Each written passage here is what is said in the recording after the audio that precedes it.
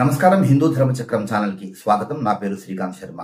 సనాతన ధర్మ విషయాలు, శాస్త్రపరమైనటువంటి విషయాలు తెలుసుకోవడం కోసం మన ఛానల్ ని సబ్స్క్రైబ్ చేసుకొని ఫాలో అవ్వండి.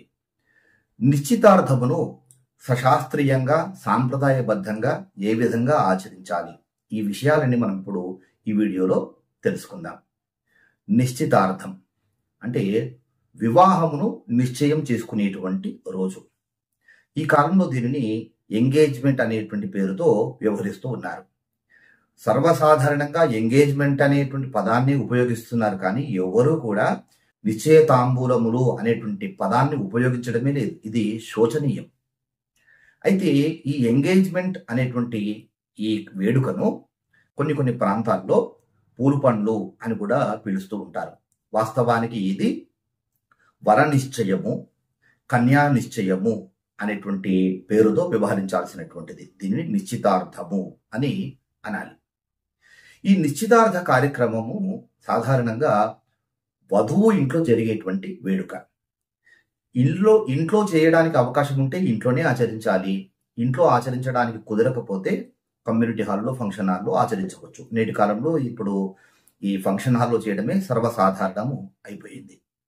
అయితే ఈ నిశ్చితార్థము ఎప్పుడు ఆచరించాలి అంటే, ఇరువురి తరఫు వారికి కూడా వధూవరులు ఒకరికొకరు నచ్చిన తర్వాత, ఇరువురి కుటుంబాల వారికి కూడా అన్ని విధాల యోగ్యం అయిన తర్వాత, ఆమోదయోగ్యం అయిన తర్వాత ముందుగా వివాహ తేదీని నిశ్చయం చేసుకుంటారు. అలా వివాహ తేదీని నిశ్చయం చేసుకున్న తర్వాత ఈ నిశ్చితార్థంను జరుపుకోవడానికి సిద్ధమవుతారు. వాస్తవానికి నిశ్చితార్థం చేసుకునేటువంటి రోజున వివాహ ముహూర్తమును నిర్ణయం చేసుకోవాలి. కానీ ఇప్పుడు ఫంక్షన్ హాల్ దొరకడం లేదు కనుక, ఎప్పుడైతే ఇరువురి పెద్దలు అంగీకారం చేసుకుంటారో అప్పుడు ముందుగానే ఈ వివాహ తేదీని నిర్ణయించుకొని ఫంక్షన్ హాల్ బుక్ చేసుకోవడం అనేటువంటిది నేటి కాలంలో జరుగుతున్నటువంటిది. సరే, ఆ విషయం పక్కన పెట్టుకుందాం. ఇక ఈ నిశ్చితార్థంను ఎప్పుడు ఆచరించాలి? పంచాంగ శుద్ధి కలిగినటువంటి శుభదినములో నిశ్చితార్థంను ఆచరించాలి. అంటే తిథివార నక్షత్రాలు బాగున్నటువంటి రోజు. దీనికి వధూవరులకు తారాబలము, చంద్రబలం చూడాల్సినటువంటి అవసరం లేదు. పంచాంగ శుద్ధి ఉన్నటువంటి రోజు అయితే సరిపోతుంది. అది శూన్యమాసము, మలమాసము కాకుండా చూసుకోవాలి. అలా పంచాంగ శుద్ధి ఉన్నటువంటి రోజున ఈ వేడుకను బంధుమిత్ర పరివార సమేతంగా బ్రాహ్మణులతో సహా ఈ కార్యక్రమానికి హాజరవ్వాలి. వధూ తరఫు వారు, వరుణి తరఫు వారు బంధు బ్రాహ్మణాదులతో హాజరవ్వాలి. ఈ మాట అండర్లైన్ చేసుకోండి. వరుణి తరఫు వారు కూడా బంధుమిత్ర పరివార బ్రాహ్మణులతో హాజరవ్వాలి అని చెప్తున్నారు. చాలా మటుకు ఈ కాలంలో ఏం చేస్తున్నారంటే, ఈ నిశ్చితార్థం చేసేటువంటిది అమ్మాయి వారు కనుక అమ్మాయి వారే పురోహితుని ఏర్పాటు చేసుకోవాలి. ఆ బాధ్యత అంతా వారిదే ఉంటుంది. పురోహితుడికి దక్షిణ తాంబూలములు వారే ఇచ్చుకోవాలి, మాకు సంబంధం లేదు అనుకుంటూ ఉంటారు చాలా వరకు. అది ముమ్మాటికి పొరపాటు. మీరు గనక శుభకార్యాలకు మీ ఇంటి పురోహితుడు లేకుండా మీరు వెళితే మీకు సాంప్రదాయము, శాస్త్రము తెలియదు అని అర్థం. సాంప్రదాయాన్ని గౌరవించేటువంటి వారు, శాస్త్రమును అవలంబించేటువంటి వారు పురోహితుడు లేకుండా ఏ శుభకార్యానికి కూడా వెళ్ళడానికి అధికారం లేనే లేదు. కనుక వరుణి తరఫు వారు ఖచ్చితంగా తమ పురోహితుడిని తీసుకొని వచ్చి తమ కార్యక్రమం అంతా కూడా తమ పురోహితుని ద్వారానే జరిపించుకొని ఆ పురోహితునికి దక్షిణ తాంబూలములు ఇచ్చుకోవాలి. ఒకవేళ మీ తరఫు పురోహితుడు అందుబాటులో లేకపోతే అమ్మాయి తరఫు ఉన్నటువంటి పురోహితుల వారికి ముందుగానే కలిసి వారికి నమస్కారం చెప్పి, ఏమండి, మా తరఫున మేము పురోహితుడిని తెచ్చుకోలేకపోయాము, మా తరఫు కార్యక్రమాలన్నీ కూడా మీరే నిర్వహించండి, దానికి తగినటువంటి దక్షిణ ఫల తాంబూలములు మేము మీకు ఇస్తామని చెప్పుకోవాలి. అది పురోహితుడికి ఇచ్చేటువంటి విలువ, గౌరవం. చాలా మంది ఏం చేస్తారంటే, మాకు సంబంధం లేదు, వాళ్ళే చూసుకుంటారు అని దాటేస్తూ ఉంటారు. ఇది చాలా పొరపాటు. ఈ విషయం గుర్తుపెట్టుకోండి. ఇక వేదిక దగ్గరికి చేరుకున్న తర్వాత వేదిక పైన కన్యాదాత అంటే అమ్మాయి తండ్రి తూర్పు ముఖంగా పీటల పైన కూర్చోవాలి. ఎందుకంటే దాత ప్రాంగుఖాహ అంటుంది శాస్త్రం. దానం ఇచ్చేటువంటి వారు తూర్పు ముఖంగా కూర్చోవాలి. దానం తీసుకునేటువంటి వారు పడమటి ముఖంగా, కన్యాదాతకు అభిముఖంగా కూర్చోవాలి. అంటే దానం తీసుకునేటువంటి వారిని ప్రతిగ్రహీతలు అంటారు. ఇక్కడ ఏం దానం చేస్తున్నారు? కన్యాదానం చేస్తారు. అంటే ఇప్పుడే కాదు కదండి కన్యాదానం చేసేది, వివాహంలో కదా అని సందేహం వస్తుంది కొందరికి. వివాహంలో కన్యాదానం చేసినా కానీ ఇక్కడి నుంచి ఆయన కన్యాదాత అవుతుంటాడు కనుక దాత తూర్పుముఖంగా ఉండాలి. ఈ విషయము మీరు ఏ దానంలో అయినా సరే ఇదే విధమైనటువంటి అన్వయము జరుగుతుంది. మీరు ఒక గోదానం చేసినా లేదా ఒక తిలదానం చేసినా ఒక దీపదానం చేసినా కానీ దానం ఇచ్చేటువంటి వారు తూర్పుముఖంగానే ఉండాలి, దానం తీసుకునేటువంటి వారు పడమర ముఖంగానే ఉండాలి. ఇది గుర్తుపెట్టుకోండి.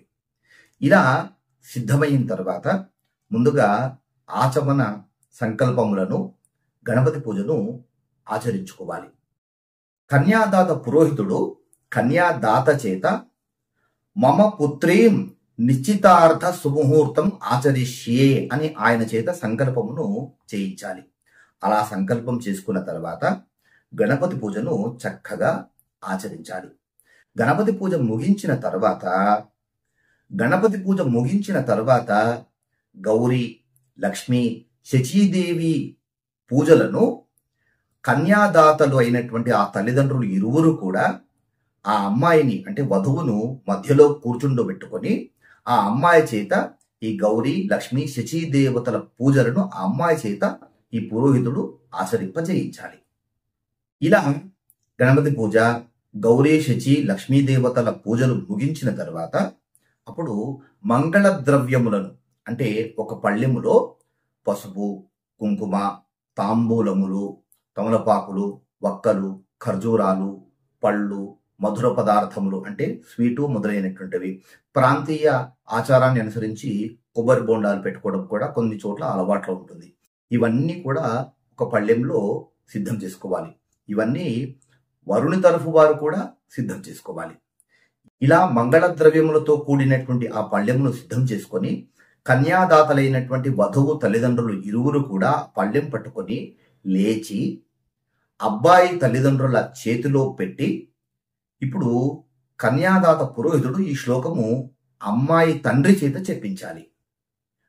వాచా దత్త మయా కన్యా వరార్థం స్వీకృత త్వయా కన్యా అవలోకన విధౌ నిశ్చితార్థం సుఖీ భవ అని చెప్పి ఈ పళ్ళెమును వారి చేతిలో ఉంచాలి. ఇలా ఇచ్చేటువంటి సమయంలో కన్యాదాత పురోహితుడు కన్యాదాత యొక్క తాతగారు, నాన్నగారు, కన్యాదాత యొక్క పేరు, గోత్రములతో సహా వారి ముగ్గురి పేర్లు అంటే ఆ వంశంలో ఉన్నటువంటి ముగ్గురి పేర్లను చెప్పి ఫలానా వారి మునిమన్మరాలు, ఫలానా వారి మనమరాలు, ఫలానా వారి అమ్మాయి అయినటువంటి ఈ ఫలానా పేరు కలిగినటువంటి లక్ష్మీ స్వరూపిణి అయినటువంటి ఈ అమ్మాయిని మీ అబ్బాయికి నిశ్చితార్థం చేస్తున్నారు అని చెప్పాలి. అప్పుడు ఆ పళ్ళెము ఆయన చేతిలో సమర్పించాలి. తరువాత అబ్బాయి తరఫు పురోహితుడు అబ్బాయి తల్లిదండ్రుల చేతిలో ఈ మంగళ ద్రవ్యముల యొక్క పాత్రను ఉంచి అమ్మాయి తల్లిదండ్రులకు అలంకరణ చేయించి ఈ పళ్ళెమును అమ్మాయి తల్లిదండ్రుల చేతిలో పెట్టి ఇప్పుడు అబ్బాయి తరఫు పురోహితుడు అబ్బాయి తండ్రి చేత ఈ శ్లోకమును చెప్పించాలి. వాచా దత్త త్వయా కన్యా వరార్థం స్వీకృత మయా వర అవలోకన విధౌ నిశ్చితార్థం సుఖీ భవ అనేటువంటి ఈ శ్లోకం చెప్పి ఆ అబ్బాయి తరఫు పురోహితుడు అబ్బాయి గోత్రము, అబ్బాయి గారి తండ్రి, తాత, ముత్తాతల పేర్లు ఉచ్చరిస్తూ దీన్ని ప్రవర అంటారనమాట.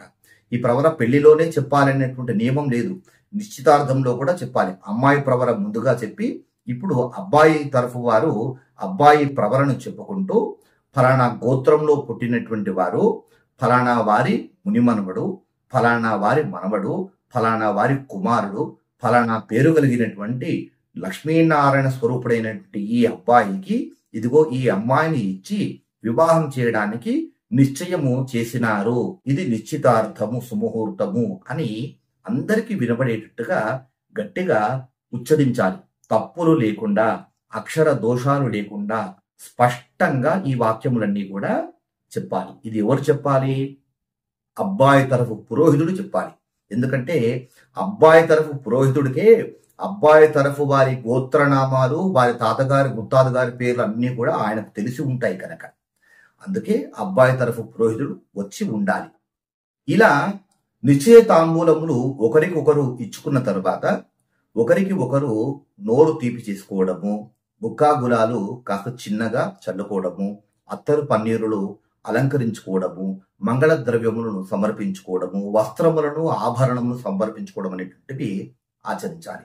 ఆ తర్వాత అబ్బాయి తరఫు పురోహితుడు ఏమని చెప్పాలంటే, అమ్మాయి తండ్రి చేత హరిహరాదుల సాక్షిగా, ఆకాశవాణి సాక్షిగా, భూదేవి సాక్షిగా, త్రికరణ శుద్ధిగా, బంధుజన సాక్షిగా, సూర్యచంద్రుల సాక్షిగా, పురోహితులైనటువంటి అతని పేరు చెప్పుకోవాలన్నమాట, ఆ పురోహితుని యొక్క పేరు, వారి సాక్షిగా ఫలానా వారి గోత్రంలో పుట్టినటువంటి ఫలానా వారి యొక్క మునిమనవరాలు, ఫలానా వారి మనవరాలు, ఫలానా వారి కుమార్తె, ఫలానా పేరు కలిగినటువంటి ఇదిగో ఈ అమ్మాయిని ఈ అబ్బాయికి ఇచ్చి వివాహం చేయడానికి బంధుమిత్ర పరివార సమక్షములో వివాహ నిశ్చయము చేయబడినది అని ఈ వాక్యములన్నీ కూడా అమ్మాయి తరఫు పురోహితుడు స్పష్టమైనటువంటి ఉచ్చారణ ద్వారా అందరికి వినబడేట్టుగా చెప్పాలి. ఇలా వాక్యములు చెప్పగానే గట్టిగా మేళ శబ్దములను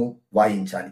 ఇలా అమ్మాయి తరఫు వారు ఆచరించిన తర్వాత ఇదే విధంగా అబ్బాయి తరఫు పురోహితుడు అందరికి వినబడేట్టుగా ఫలానా వారి గోత్రంలో పుట్టినటువంటి వారు, ఫలానా వారి మునిమనవడు, ఫలానా వారి మనవడు, ఫలానా వారి కుమారుడు, ఫలానా పేరు కలిగినటువంటి ఇదిగో ఈ అబ్బాయిని ఫలానా పేరు కలిగినటువంటి ఈ అమ్మాయికి ఇచ్చి వివాహం చేయుటకు బంధుమిత్రుల సమక్షములో సూర్యచంద్రుల సాక్షిగా, పంచభూతాల సాక్షిగా, త్రికరణ శుద్ధిగా, త్రిపురోద్దేశముగా పురోహితుడైనటువంటి అతని పేరు చెప్పుకోవాలి. నా సాక్షిగా, హరిహరాదుల సాక్షిగా, ఆకాశవాణి సాక్షిగా, భూదేవి సాక్షిగా, త్రికరణ శుద్ధిగా, బంధుమిత్ర పరివారముల యొక్క సాక్షిగా ఈ అమ్మాయికి ఈ అబ్బాయిని ఇచ్చి వివాహం చేయుటకు వివాహ నిశ్చయము సుముహూర్తం నిశ్చయమైనది అని ఈ వాక్యములు అబ్బాయి తరఫు పురోహితుడు స్పష్టంగా చక్కగా ఈ వాక్యములు చెప్పాలి. ఇలా వాక్యములు చెప్పిన తర్వాత మంగళ వాద్యములను మోగించాలి. ఆ తర్వాత ఏవైనా ఆభరణములు ఉంటే ఆ ఆభరణములు పూజలోనే అబ్బాయికి ఆభరణములు వేయడము, అదే విధంగా అబ్బాయికి పూజలోనే ఆభరణములు వేయడం లాంటివి ఆచరించిన తర్వాత ఒకరికొకరు మధుర పదార్థములు తీసుకున్న తర్వాత ఇరువురిని కూడా అంటే అమ్మాయిని అబ్బాయిని పక్కపక్కన కూర్చోబెట్టకుండా విడివిడిగానే కూర్చోబెట్టి ఇరువురికి ఆశీర్వచనములను బంధువులు మిత్రులు వచ్చినటువంటి బంధు పరివారము ఇరువురి పురోహితులు చక్కగా ఆశీర్వచనము శీఘ్రమేవ కళ్యాణ ప్రాప్తిరస్తు అని ఆశీర్వచనం చేయాలి. ఇలా పక్కపక్కకు కూర్చోబెట్టకుండా ఆశీర్వచనం చేయాలి. కానీ నేటి కాలంలో అమ్మాయిని అబ్బాయిని పక్కపక్కనే కూర్చోబెడుతూ ఉన్నారు. అలా పక్కపక్కన ఎప్పుడు కూర్చోబెట్టాలి? మంగళసూత్ర ధారణ తర్వాత మాత్రమే కూర్చోబెట్టాలి. సరే, కాలానుగుణంగా కాస్త మార్పు చెందినా గాని ఒకవేళ అమ్మాయిని అబ్బాయిని పక్కన కూర్చోబెడితే కనుక ఇరువురి మధ్యలో ఒక జలకుంభమును పెట్టాలి అని శాస్త్రం చెప్తుంది. ఇలా జలకుంభమును పెడితే కనుక వీరిద్దరూ ఇంకా విడివిడిగానే ఉన్నారు, ఇంకా ఒకటి కాలేదు అని చెప్పేటువంటి సంకేతం అన్నమాట. అలా పెడితేనే పక్కపక్కన కూర్చోబెట్టాలి, అలా పెట్టకుండా పక్కపక్కన కూర్చోబెట్టకూడదు. ఈ విధంగా నిశ్చయతాంబూలములు కార్యక్రమాన్ని జరిపించాలి. అయితే ఈ సమయంలో అమ్మాయికి రకరకాల పదార్థాలు పెడుతూ ఉంటారు, అబ్బాయికి రకరకాల పదార్థాలు పెడుతూ ఉంటారు. సరే, పువ్వులు పండ్లు పెడుతున్నారని అంటే కనుక ఒక విధంగా మనము అంగీకరించవచ్చు, అవి మంగళప్రదములైనటువంటి ద్రవ్యములుగా. ఇక చాక్లెట్లు, బిస్కెట్లు, రకరకాల పదార్థాలు, ఏమేమో చెక్కిలాలు, విచిత్రమైనటువంటి పదార్థములు వాటికి అందంగా డెకరేషన్ చేసి అందమైనటువంటి కవర్లో పెట్టి వాటికి మంచి ట్యాగులు వేసి వాటిని వచ్చినటువంటి బంధువులు అందరి చేత ఇప్పిస్తూ ఉంటారు. ఇది అసలు శాస్త్రీయం ఎంత మాత్రము కానే కాదు. ఇలా ఆచరించాలి అని శాస్త్రం చెప్పలేదు, ఇలా ఆచరించకపోవడమే ఉత్తమము. ఇరువురికి కూడా ఒడిలో పెడితే కనుక మంగళప్రదములైనటువంటి ఫలపుష్పములు స్వీటు పదార్థములు మాత్రమే పెట్టాలి. కానీ ఇతరత్ర పదార్థాలు ఇవన్నీ కూడా పులిని చూసి నక్కవాత పెట్టుకున్నట్టుగా ఒకరిని చూసి ఒకరు మోతాదుకు మించి ఆచరిస్తూ ఉన్నారు. 5 రకాల పదార్థాలు పెడితే సరిపోతుంది, దానికి 50 రకాల పదార్థాల వరకు వెళ్ళిపోయారు. ఇదంతా కూడా వేలం వెర్రి అన్నట్టుగా ఇదంతా ఒక రకమైనటువంటి పిచ్చే గాని ఎంత మాత్రం కూడా సాంప్రదాయం కానే కాదు. ఇలా వేదిక పైన ఇరువురికి, వధువుకి వరుడికి వారి వారి తల్లిదండ్రుల సమక్షంలో మాత్రమే ఈ వేడుకను ఆచరించాలి. కొంతమంది ఏం చేస్తూ ఉంటారంటే అమ్మాయిని కూర్చోబెట్టి చేసేస్తూ ఉంటారు, అబ్బాయిని కూర్చోబెట్టి చేస్తూ ఉంటారు. వీరికి ఎక్కడొచ్చింది అధికారము? అమ్మాయి స్వయంగా నిశ్చితార్థం చేసుకునేటువంటి అధికారం అమ్మాయికి ఎక్కడిది? అబ్బాయి స్వయంగా తల్లిదండ్రులను కాదని చెప్పేసి కూర్చొని వధువు నిశ్చయం చేసుకునేటువంటి అధికారం అబ్బాయికి ఎక్కడ చెప్పండి? తల్లిదండ్రులు లేకుండా నిశ్చయం చేసుకునేటువంటి అధికారము ఆ పిల్లలకు ఎంత మాత్రము లేనే లేదు. అలా చేసుకుంటున్నారు అంటే మాకు తల్లిదండ్రులు లేరు అని చెప్పుకోవడమేనమాట. కనుక తల్లిదండ్రుల సమక్షంలో వారు పక్కన కూర్చున్నప్పుడు మాత్రమే ఆచరించాలి. ఆశీర్వచనలు విడివిడిగా ఇవ్వాలి. మంగళహారతులు ఎవరికి వారు విడివిడిగా ఇవ్వాలి. ఇలా ఆచరించిన తర్వాత ఎవరి తరఫు వారు ఉన్నటువంటి పురోహితులకు వారు వెంటనే వస్త్రములు, ఫలములు, దక్షిణ ఇవి వేదిక మీదనే ఇచ్చేయాలి. చాలా వరకు ఈ కాలంలో ఏం చేస్తున్నారనంటే ఈ పురోహితులు ఆచరించేటువంటి కార్యక్రమం అయిపోగానే ఇక ఈ పురోహితులను యంత్రమాత్రము పట్టించుకోరు. వారు పాపం చకోర పక్షుల్లాగా మా సంభావన ఎప్పుడు ఇస్తారా అని ఎదురు చూస్తున్నట్టుగా కూర్చుంటారు. అసలు వాళ్ళను పట్టించుకునేటువంటి నాథుడే ఉండడు. ఇలా చేస్తే కనుక అది పురోహితులను మీరు అగౌరవపరిచినట్లు, వారిని అవమానించినట్లే. వారి కార్యక్రమం అయిపోయిన తక్షణమే వారి యొక్క తాంబూలములను వారికి ఇచ్చి వారిని పంపించేసేయాలి. కొంతమంది ఏం చేస్తూ ఉంటారంటే అది గౌరవమో లేకపోతే సరదానో లేకపోతే అది వెక్కిరింపో తెలియదు కానీ ఏమండి పురోహితుల వారు చక్కగా భోజనం చేసి వెళ్ళండి అంటుంటారు. ఎప్పుడైతే మీరు బ్రాహ్మణులే అయితే కనుక చెప్పవచ్చు. ఆ బ్రాహ్మణుల ఇంట్లో కనుక పురోహితులు చేస్తూ ఉంటే కనుక ఇరువురు కూడా ఒకే వర్ణాన్ని చెందినటువంటి వారు కనుక భోజనము ఈ పురోహితులతో చేసుకోవచ్చు. కానీ ఇతరత్రాదులు పురోహితులతో కార్యక్రమం చేసుకుంటూ ఉంటారు కదా. ఇతరత్రాదులు అందరూ కూడా బ్రాహ్మణుని ఎప్పుడైతే మీరు భోజనం చెయ్యండి అంటారో అది బ్రాహ్మణుని అవమానించినట్టే. ఎందుకంటే బ్రాహ్మణుడు ఎవరింట్లో పడితే వారింట్లో భోజనం చేయడు కదా. మీకు అంతగా వారు భోజనం చేయాలి అనుకుంటే కనుక మీరు ఇంటి నుంచి స్వయం పాకం తీసుకొని రండి. ఆ స్వయం పాకం వారికి ఇచ్చి వారి యొక్క దక్షిణ తాంబూలంలో ఇచ్చివేయండి. ఇలా ఆచరించాలి. ఇది సాంప్రదాయం, ఇది శాస్త్రీయం. ఇక చివరిగా ఒక మాట చెప్తాను. ఇలా వేడుకలో కూర్చున్న తర్వాత ఆ వేడుకలో ఉన్నటువంటి వారు వచ్చినటువంటి బంధువులకు అందరికీ కూడా, మిత్రులందరికీ కూడా పానీయాలు, టీ, కాఫీలు, మంచినీళ్ళు అందిస్తూ ఉంటారు. మీరు ఒక విషయము బాగా గుర్తుపెట్టుకోండి. మీకు బ్రాహ్మణ ప్రీతి, బ్రాహ్మణులంటే గౌరవము, శాస్త్రము, సాంప్రదాయం మీద గౌరవం ఉంటే కనుక ఆ పదార్థాలు మొట్టమొదలు పురోహితుల వారికి ఇవ్వమని చెప్పాలి. పురోహితులు తీసుకుంటే సరే, వారు తిరస్కరిస్తే కనుక ఇతరత్రాదుల వారికి ఇచ్చేవేయచ్చు.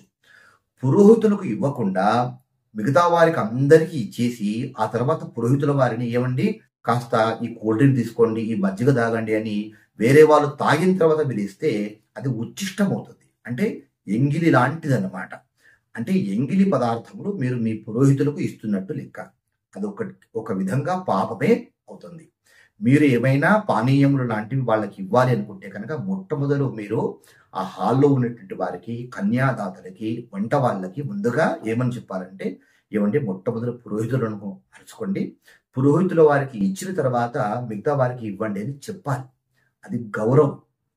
ఇదండి నిశ్చితార్థం చేసుకునేటువంటి విధానం. ఈ వీడియో మీకు నిజంగా నచ్చితే లైక్ చేయండి. ఈ వీడియో పైన మీ అభిప్రాయాన్ని కూడా కామెంట్ రూపంలో తెలియజేయండి. ప్రతి వీడియోలో చెప్తున్నాను, మీరు ఎక్కువ మంది లైక్ చేస్తే ఈ వీడియో ఎక్కువ మందికి రీచ్ అవుతుంది. ఎక్కువ మంది కామెంట్లు చేస్తే కనుక కొత్తగా చూసేటువంటి వారు కామెంట్ చదివిన తర్వాత ఇది మంచి వీడియో ఉంది చూడాలని వారు కూడా చూస్తారు. ఇలాంటి మంచి విషయాల కోసం మన ఛానల్ని సబ్స్క్రైబ్ చేసుకొని ఫాలో అవ్వండి. దేశాన్ని కాపాడుకుందాం, ధర్మాన్ని కాపాడుకుందాం. ఎందుకంటే ఈ దేశం మనది, ఈ ధర్మం మనది. గ్రహబలం, గృహబలం, ముహూర్తబలం అన్నింటికంటే దైవబలం కోటి రెట్లు గొప్పది. నిత్యం దైవబలం సాధించుకునేటువంటి ప్రయత్నం చేస్తూ ఉండండి. మళ్ళీ మరో టాపిక్తో మళ్ళీ కలుసుకుందాం. జై హింద్, జై భారత్, వందే మాతరం. నమస్తే.